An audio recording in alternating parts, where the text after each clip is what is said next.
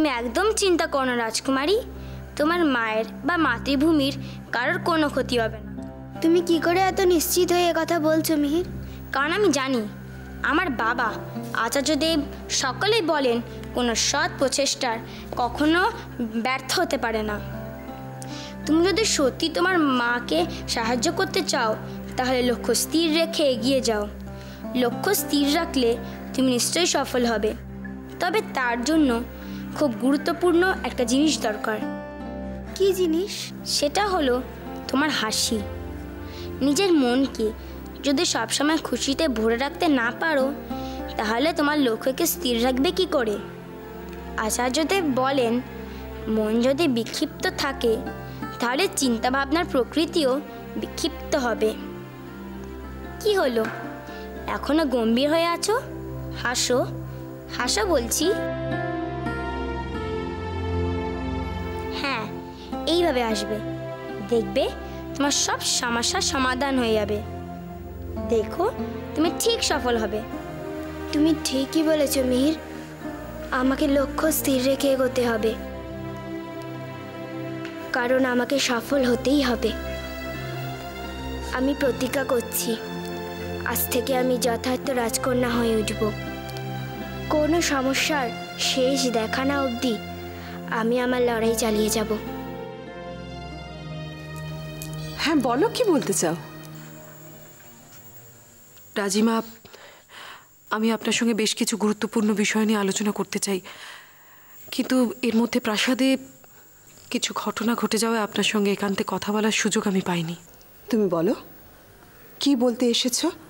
আমি তোমার সমস্ত কথা শুনবো, বলো। রাজিমা, আপনি বেশ কিছুদিন এই প্রাসাদে ছিলেন না, যার মধ্যে অনেক কিছু ঘটনা ঘটে গেছে, যার কিছু কিছু হয়তো আপনি জানেন। তবে প্রতিটা ক্ষেত্রেই কিন্তু দোষারোপ করা হয়েছে আমাদের রানীকে। তাকে লাঞ্ছিত হতে হয়েছে, অপমানিত হতে হয়েছে। আর আর মহারাজের দ্বিতীয় বিবাহ সংক্রান্ত বিষয়ে এই মুহূর্তে ব্যাপারটা একটা বিশ্রী পর্যায়ে পৌঁছে গেছে। সে কি? হ্যাঁ রাজিমা, কিন্তু কেন এমনটা হবে আপনি বলতে পারেন? আমাদের রানী অত্যন্ত সহজ সরল একজন মানুষ। রাজমহিষী হওয়া সত্ত্বেও সে তার নিজের প্রতাপ কারুর প্রতি জাহির করেন না। তবে কেন তাকে সবাই মিলে এরকম ভাবে লাঞ্ছিত করবেন, অপমানিত করবেন? কেন রাজিমা? সেটা কি রানী শুধুমাত্র একজন নারী বলে? না না না না, এসব কি বলছো তুমি? এ তো অন্যায়। প্রাসাদে তো আরো অনেক নারী আছেন, কিন্তু যার এই প্রাসাদের সবচেয়ে সম্মান নিয়ে থাকার কথা, তাকে এরকম মর্যাদা হানিকর অবস্থায় থাকতে হয় কেন রাজিমা? এখন এই সব কিছু দেখে শুনে রাজিমা, আমার কিন্তু খুব ভয় হচ্ছে। ভয়? কি হয়েছে কৌরকি? প্রতিনিয়ত এই পরিস্থিতি এমন একটা পর্যায়ে পৌঁছতে চলেছে যাতে করে আমার মনে হচ্ছে অন্য কোনো বিপদ না হয়। অন্য বিপদ? হ্যাঁ রাজিমা, রানী তো একজন মানুষ। প্রত্যেকটা মানুষের সহ্যের একটা সীমা থাকে, আর সেই সহ্য করতে করতে একদিন যদি তার চূড়ান্ত সীমা সে পার করে ফেলে তবে তবে সে যে কোনো বিপদ ঘটিয়ে ফেলতে পারে। তো চুপ করো, চুপ করো কৌরিকি, এসব কথা তুমি বলো না। আর কি বলবো রাজিমা? প্রাসাদের প্রত্যেকে দিনের পর দিন প্রতিনিয়ত রানীর এই লাঞ্ছনা অপমান দু চোখ দিয়ে দেখবে, কিন্তু কেউ কোনো প্রতিবাদ করবে না। কৌরকি, প্রথম দিন যখন তুমি এই প্রাসাদে এসেছিলে তখন থেকে আমি তোমাকে দেখছি। তোমার মতো বুদ্ধিমতী বিচক্ষণ মেয়ের প্রতি আমি সব সময় আস্থা রাখি। তোমার প্রতিটি কথা আমার কাছে যথেষ্ট মূল্যবান। দেখো দেখো, এতদিন আমি প্রাসাদে ছিলাম না, কিন্তু এখন আমি এসে গেছি। এসব কথা তুমি আমাকে বলে খুব ভালো কাজ করেছো। তুমি চিন্তা করো না, আমি দেখছি কি করে এর প্রতিকার করা যায়।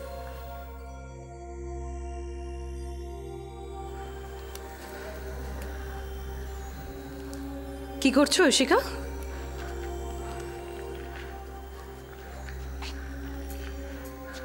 হ্যাঁ রাজদি, বলুন। আসলে কদিন ধরেই দেখছি তোমাকে শারীরিকভাবে ঠিক সুস্থ বলে মনে হচ্ছে না। সেই কারণেই তোমার জন্য জাফরান দুধ নিয়ে এলাম। নাও।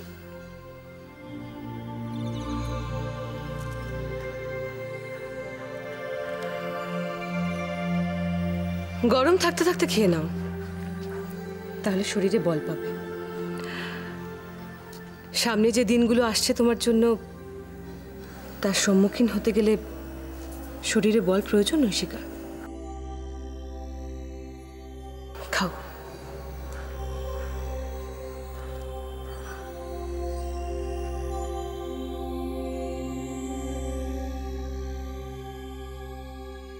আমি জানি আমাকে তোমরা পছন্দ করো না। কি বলছেন রাজদি? আমরা আপনাকে খুবই ভালোবাসি। কখনো যদি অন্যায় কিছু বলে থাকি তাহলে আমাদের ক্ষমা করে দেবেন।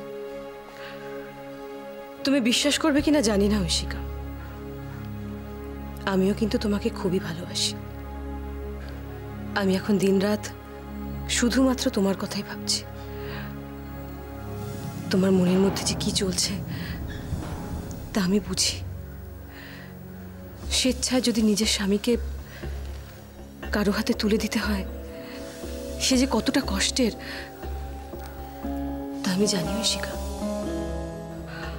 আহারে, দেখো তো এখনই কেমন চোখে জল আসছে তোমার। বাকি জীবনটা কিভাবে কাটাবে তুমি? এত অল্প বয়স তোমার, তোমার সামনে কত বড় জীবন পড়ে রয়েছে। কি করে থাকবে বলো তো? ভেবে তো আমারই চোখে জল এসে যাচ্ছে ঐশিকা। কিন্তু কি করবে বলো, নিয়তির লিখন কেউ খণ্ডাতে পারে না। যে যার ভাগ্য নিয়েই পৃথিবীতে আসে। ঐশিকা, একটা বিশেষ প্রয়োজনে তোমার কাছে এলাম। হ্যাঁ রাজিমা, বলুন। আমি জানি তোমার ওপর দিয়ে অনেক ঝড় বইছে। তোমার স্বামী, সিংহল, বর্তমানে সবকিছুই বিপদমুক্ত নয়। আমি জানি তার জন্য তুমি যথেষ্ট চিন্তিত। কি করব রাজিমা, সমস্ত পরিস্থিতির কথা ভেবে আমার প্রচন্ড উদ্বেগ হয়। মনকে শান্ত করো ঐশিকা, এক মনে ভগবানকে ডাকো। তুমি বরং শিব পার্বতীর ব্রত করো। শিব পার্বতী ব্রত? হ্যাঁ, এই ব্রতর কথা বলবো বলেই আমি এলাম। তুমি নিশ্চয়ই জানো শিব পার্বতীর দাম্পত্য বন্ধনের কথা। জানো, কথিত আছে যে নারী এই ব্রত পালন করে শিব পার্বতীর মতো তার দাম্পত্য জীবন সুখের হয়। মা দুর্গার মতো সে হয় চিরসীমন্তিনী।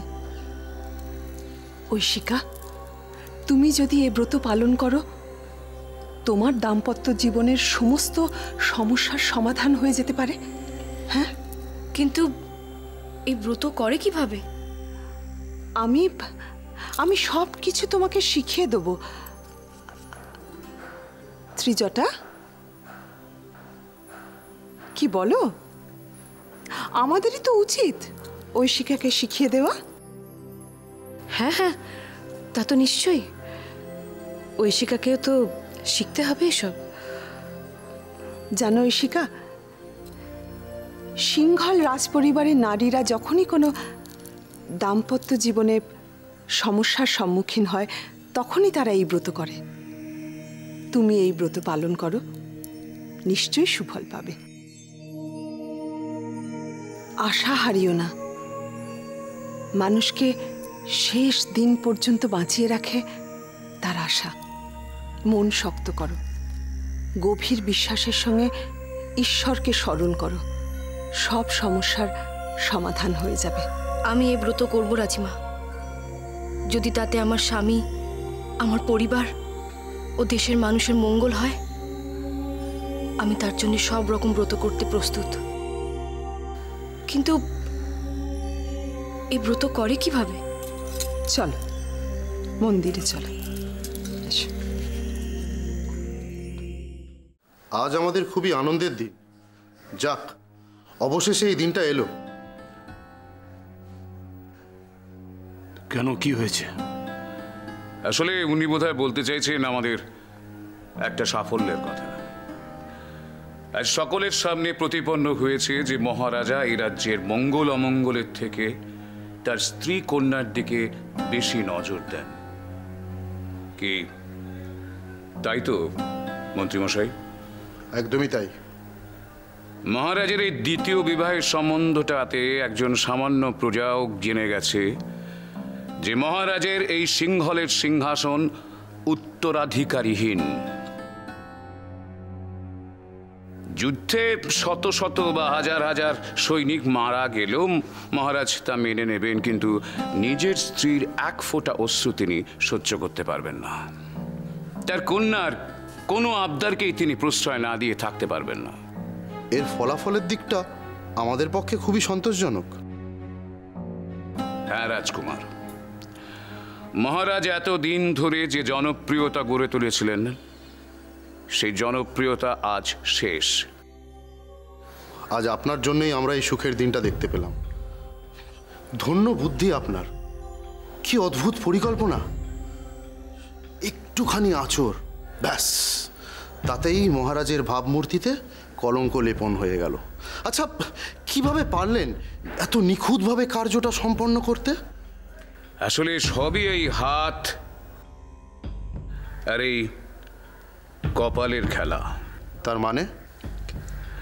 তার মানে এ দুটো যত শক্তিশালী হবে ততই বিভিন্ন বিষয়ে জয়ের পথ নিশ্চিত হবে। রাজকুমার, আজকে আমাদের এত সুখের দিনে আপনি আনন্দে যোগ দিচ্ছেন না কেন? ব্যাস, নিজেদের সংযত করুন মন্ত্রী। আমি মানছি যে আপনারা আপনাদের সাফল্যের আনন্দে মেতে রয়েছেন, কিন্তু একটা জিনিস ভুলে যাবেন না, আমরা কিন্তু এখনো কিচ্ছু পাইনি। কোনো কিছু মুষ্টিগত করতে হলে আরো অনেক বেশি ধৈর্যের প্রয়োজন। মানছি, আপনি ঠিকই বলেছেন, আমাদের আরও ধৈর্যশীল হওয়া প্রয়োজন। আসলে চোখের সামনে কাঙ্ক্ষিত ঘটনা ঘটতে দেখে আমরা প্রত্যেকেই খুবই উত্তেজনা বোধ করছিলাম। এত উত্তেজিত হবেন না মন্ত্রী। রাজনীতির ক্ষেত্রে প্রায়শই এরকম হয়। যে কোনো রাজ্যের মধ্যে রাজনৈতিক পালাবদল হয়। আজ যারা আপনাকে সমর্থন করছে তারাই হয়তো কাল আপনার বিরোধিতা করতে পারে। সুতরাং শেষ পর্যন্ত না দেখা অবধি আপনারা কেউ আনন্দ প্রকাশ করবেন না। আশা করি আপনারা বুঝতে পারছেন আমি ঠিক কি বলতে চাইছি।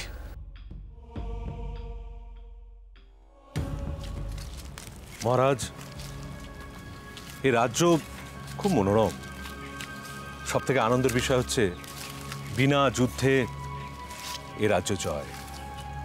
সার্থক নাম আপনার মহারাজ, চন্দ্রগুপ্ত বিক্রমাদিত্য, যার নামের ভারে শৌর্যে বীর্যে শালঙ্ক বংশের রাজমুকুট আপনার পদতলে চলে এল। সেনাপতি, অহেতুক প্রশংসা আমি পছন্দ করি না। আমি মনে করি তার পেছনে সর্বদা কোনো না কোনো উদ্দেশ্য কাজ করে। সুতরাং ভূমিকা বন্ধ করে আপনি আসল কথাটা বলুন। ক্ষমা করবেন মহারাজ, কোনো বিশেষ উদ্দেশ্য নিয়ে কথা আমি বলিনি, যা সত্যি তাই বলেছি। তৎস এ কথাও বলতে বাধ্য হচ্ছি যে ভারত শ্রেষ্ঠ চন্দ্রগুপ্ত বিক্রমাদিত্যের সামনে কেউ উদ্ধত দেখাতে পারে? উফ, সত্যি অকল্পনীয়। যে উদ্ধত এই জায়গায় পৌঁছেছে যে নবরত্ন সভা থেকে পদত্যাগ করার কথা ভাবছে। ক্ষমা করবেন মহারাজ, বরাহদেবের এই অহংকার অবিশ্বাস্য এবং হাস্যকর। আর বোধহয় প্রশ্রয় দেওয়া অনুচিত। সেনাপতি, আমি যদি অশ্ব চড়ে অসি যুদ্ধে আপনাকে যুদ্ধে আহ্বান করি, আপনি কি আমায় পরাস্ত করতে পারবেন? অন্তত সাহস দেখাতে পারবেন? এ আপনি কি বলছেন মহারাজ? এরকম ধৃষ্টতা আমার নেই। ভারত শ্রেষ্ঠ মহারাজ চন্দ্রগুপ্ত বিক্রমাদিত্যকে যুদ্ধে পরাস্ত করার কথা ভাববো, এ কথা যে ভাবাও পাপ। তার মানে আপনি নিশ্চিত যে আপনি আমায় যুদ্ধে পরাস্ত করতে পারবেন না, বা আমার বিরুদ্ধে কোনো যুদ্ধেই আপনি অবতীর্ণ হতে পারবেন না? সেনাপতি মহাশয়, সেই কারণেই আমার নবরত্ন সভায় আপনি কোনো রত্ন নন, শুধুমাত্র একজন সেনাপতি।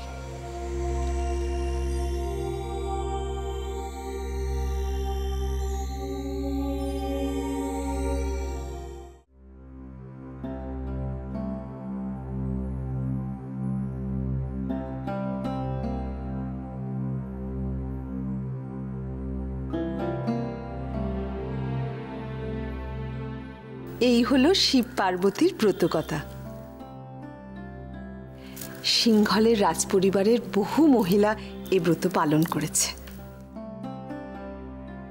আমিও এই ব্রত করব রাজিমা। এই ব্রত করার জন্যে আমি পুরোপুরি প্রস্তুত। আপনি আমাকে সব নিয়মগুলো শিখিয়ে দিন। শোনো, এই ব্রত পালন করতে গেলে সারাদিন তোমাকে উপবাসে থাকতে হবে। সারাদিনে একটিবার মাত্র খাদ্য গ্রহণ করতে পারবে। দুধ, ফল এসব খেয়ে থাকতে হবে।